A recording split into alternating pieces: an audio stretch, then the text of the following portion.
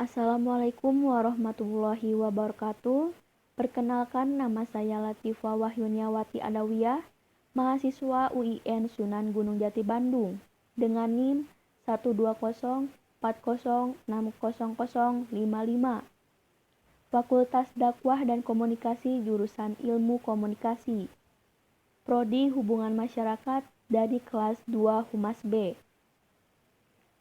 Tujuan saya di sini yaitu memenuhi ujian akhir semester mata kuliah Sistem Sosial Budaya Indonesia dengan dosen pengampu Bapak Muhyiddin Wijaya Laksana, SOS MSI.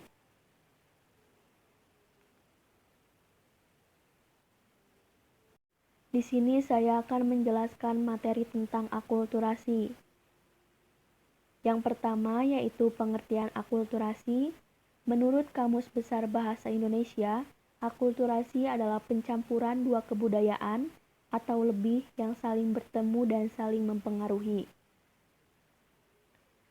Selain itu, akulturasi adalah suatu proses sosial yang timbul manakala suatu kelompok manusia dengan kebudayaan tertentu dihadapkan dengan unsur dari suatu kebudayaan asing.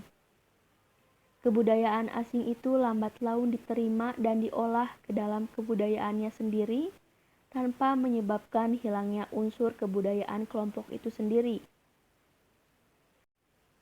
Selanjutnya, pengertian akulturasi menurut para ahli. Di sini ada 3 para ahli. Yang pertama yaitu Surjono Sukanto. Menurut beliau, pengertian akulturasi adalah suatu proses sosial yang timbul apabila suatu kelompok masyarakat dengan suatu kebudayaannya dihadapkan pada unsur-unsur kebudayaan asing. Yang kedua yaitu menurut John Weberi, akulturasi adalah suatu proses perubahan budaya dan psikologis yang terjadi sebagai akibat terjadinya kontak antara dua kelompok atau lebih dan anggota masing-masing kelompok. Dan yang ketiga yaitu menurut Kojaraningrat, pengertian akulturasi adalah sebuah proses sosial di mana masuknya kebudayaan asing secara perlahan dapat diterima tanpa menghilangkan kebudayaan asing suatu masyarakat. Bentuk-bentuk akulturasi. Yang pertama yaitu substitusi, suatu penggantian unsur yang lama diganti dengan unsur yang baru dengan menambah nilai lebih untuk pemakainya. Yang kedua yaitu sinkretisme, unsur budaya yang lama secara bersama dengan unsur budaya yang baru membentuk sebuah sistem baru. Dari perpaduan ini terjadi pada sistem keagamaan. Yang ketiga yaitu penolakan atau rejection. Akibat adanya proses perubahan sosial budaya yang begitu cepat, memberikan dampak negatif yang terjadinya penilaian dari beberapa anggota masyarakat. Bentuk yang keempat yaitu penggantian atau deculturation. Unsur budaya yang lama hilang diganti dengan unsur budaya yang baru. Misalnya delman, andong yang diganti dengan angkot atau angkutan motor. Selanjutnya, originasi. Adanya unsur budaya yang baru yang tentunya tidak dikenal sebelumnya, lalu memunculkan perubahan besar pada kehidupan masyarakat, seperti masuknya listrik ke desa. Selanjutnya yang terakhir yaitu penambahan atau addition, merupakan unsur budaya lama yang dilakukan penambahan dengan unsur budaya yang baru, menjadikan ada pemberian sebuah nilai tambah. Next, faktor penyebab akulturasi. Ada 2 faktor, yaitu faktor internal dan faktor eksternal. Yang pertama, faktor internal yaitu penduduk yang semakin bertambah dan berkurang karena adanya kelahiran, kematian, dan migrasi. Yang kedua, adanya penemuan-penemuan baru di berbagai bidang yang mempengaruhi kehidupan masyarakat. Dan yang ketiga, adanya proses penyempurnaan atau inovasi terhadap penemuan-penemuan baru sehingga menambah atau mengganti sesuatu yang ada di masyarakat. Sedangkan faktor eksternal yaitu terjadinya perubahan alam yang mempengaruhi kehidupan masyarakat, terjadinya peperangan pada suatu negara, dan yang ketiga, adanya pengaruh kebudayaan asing melalui proses difusi atau penyebaran budaya, akulturasi, dan asimilasi. Akulturasi ini bisa berdampak pada perubahan sikap dan perilaku masyarakat. Di sini, dampak akulturasi yang pertama yaitu terjadinya perubahan cara pandang individu mengenai kehidupan masyarakat. Misalnya, berubahnya cara berkomunikasi yang dulunya secara langsung, sekarang dapat dilakukan melalui berbagai media, seperti telepon, media sosial, dan lain-lain. Yang kedua yaitu terjadinya perubahan dalam hubungan sosial di masyarakat.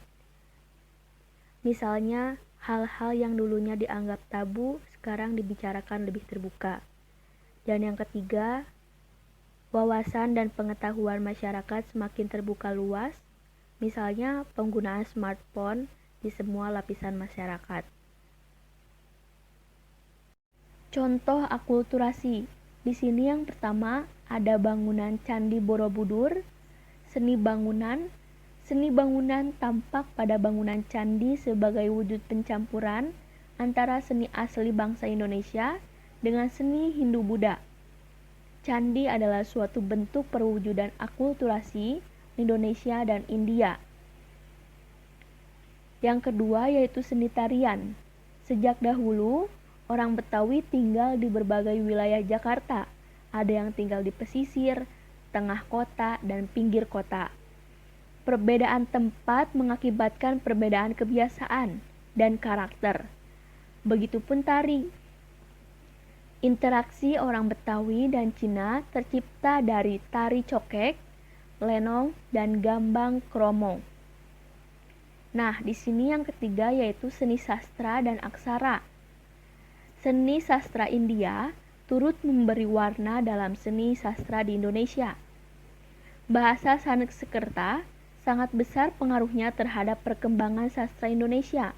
Terbukti banyak prasasti-prasasti yang menggunakan bahasa Sanskerta dan huruf Pallawa. Nomor 4, bidang kesenian seperti wayang. Pertunjukan wayang sudah berkembang sejak zaman Hindu, tetapi pada zaman Islam terus dikembangkan, bahkan sebagai media penyebar agama Islam. Nah, di sini ada seni berpakaian. Dalam pergaulan akulturasi budaya, sangat kental baik dari kebiasaan maupun cara berpakaian. Selain contoh foto yang di sini, ada contoh lain, yaitu pakaian Jawa Islam mengakulturasikan budaya Cina, maka muncul baju koko dan baju takwa. Contoh yang keenam yaitu sistem kalender. Sistem kalender itu juga berpengaruh di Nusantara. Bukti perkembangan sistem penanggalan paling nyata adalah sistem kalender yang diciptakan oleh Sultan Agung. Masih banyak lagi contoh dari akulturasi, namun di sini saya hanya membahas 6 contoh.